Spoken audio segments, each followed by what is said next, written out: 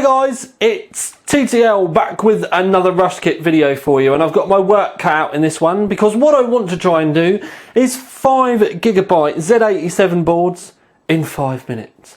Yes, it's probably the first and only time you're likely to see all these boards together, certainly with me. I want to try and just skim over the minor details with you, so I really need to shut up and get on with this. So, first board is the Z87. Oh crikey, come on Thomas. The Z87, there we go, that'll make things a bit easier. I have to stand so far away from it so you can see. Just don't forget you can pause if you want to look at them quickly. This is Z87 D3HP. And essentially it's the lower end of their boards. It's not even a full-size ATX. You can see that we've got the extra screw missing. So it's slightly more cut down. Crikey, come on Tom, watch what you're actually doing. But you've still got 2 PCI Express connectors at the bottom, couple of PCIs, so back on Legacy. Vertical SATAs down in the bottom corner, has got 8-pin power. Round the back, it's got a selection round the back, so we've got DVI, VGA, HDMI, USB 3, Gigabit Ethernet, all the usual stuff. But anyway, so it's like I said, it's the lower end of the boards, but nice to see that it's black. Moving on, and I do need to get my arse into gear. We've got the G1 Sniper M5. It's the M80X Sniper. It's got the audio with the O amps that you can be replaced. Gold connectors around the back. We've got HDMI that's gold plated. We've got DisplayPort that's gold plated. Another HDMI there. Dual link DVI there for higher resolution. Still got PS2. The O amp that can be replaced. But like I said, great little M80X board there. Black and green, follows the G1 killer. This is really is aimed at gamers. Talking about aimed at gamers, what we will talk about is the Big Daddy G1 Sniper 5.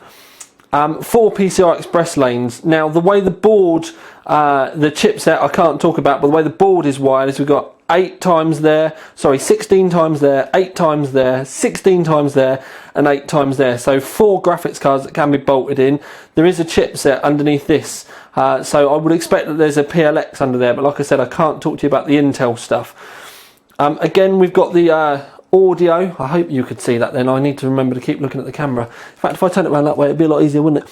Right, so we've got the a little trail here that so it surrounds the audio. You can see where the it's going to be there. Again, it's got the O amp that can be replaced. Gold connections around the back. 2 Gigabit Ethernets. Again, 2 gold plated HDMIs. We've also got gold plated DisplayPort there. 6 USB 3s. PS2 up here again. Now if we come around here for the heatsink, we can see that with the heatsink you've got a fan at the top. I've not tested it yet, but I am assured that it can be quiet, but you can get hold of the cable to remove it quite quickly.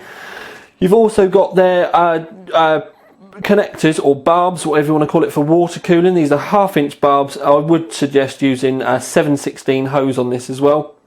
Anyway, if we move around, we can come around to this part. We can see that we've got the heatsink here, but the little logo there does look like it's going to light up. SATA connections, there's 2, 4, 6 there that are black, and then 2 that are grey, or 4 that are grey, sorry.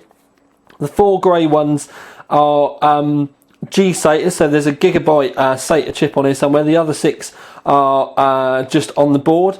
There is a SATA power connector for if you are to run extra power into the PCI Express lanes here, so that's what that power's for. If we come up to this corner, then, oh crikey, come on Tom, there we go. If we come up to this corner, power switch, reset switch. Then we've got a display poster here for when it's an LCD poster rather. We've got BIOS switches over here. USB 3 up here. That's absolutely ram-packed, and I know I'm going to be running out of time. I'm already on 4 minutes or something. Right, we'll do this one really quickly. Essentially, this is the Gigabyte Z87X UD4H, and it's there is going to be a UD3H, there is going to be UD5H. They're distinguished by the colours. This one's still got a poster, LCD poster, power switch on the board, reset switch on the board. because of the massive heatsink around here, we know that there's a lot of power phases in there, so we would expect some good overclocking.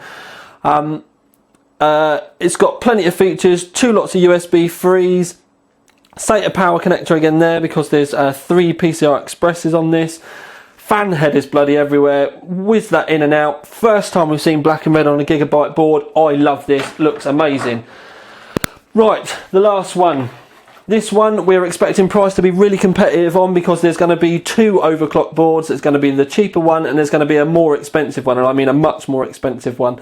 But this one's still got 4 PCI Express lanes. We've got voltage relay out points up here. We've got loads of buttons up here for being able to increase the megahertz and the multipliers live while you're in Windows. There's this thing is going to be epic, and I think for the money, I know the price of this now, it's not going to disappoint. There's another manufacturer that's got a very well priced overclocking board. It's going to come in a little smidge above that, but I think with the quality of this, they've got some problems on their hands. And it's great to see the High Cookie design black and orange back, because High Cookie has been behind this and the more expensive one. So I'm expecting for the price of this, I think this is going to knock a lot of balls out of the park. So I know, looking at my phone, that I'm way over my 5-minute mark, but I just wanted to get all of these boards all together just so they can see a real quick look at them. And it's also really nice just to see them on the table all together like that. It's probably not going to happen again. Anyway, I'm definitely running out of coffee. I'm definitely running out of, because I'm speaking so fast, you might even have to play the video on slow-mo.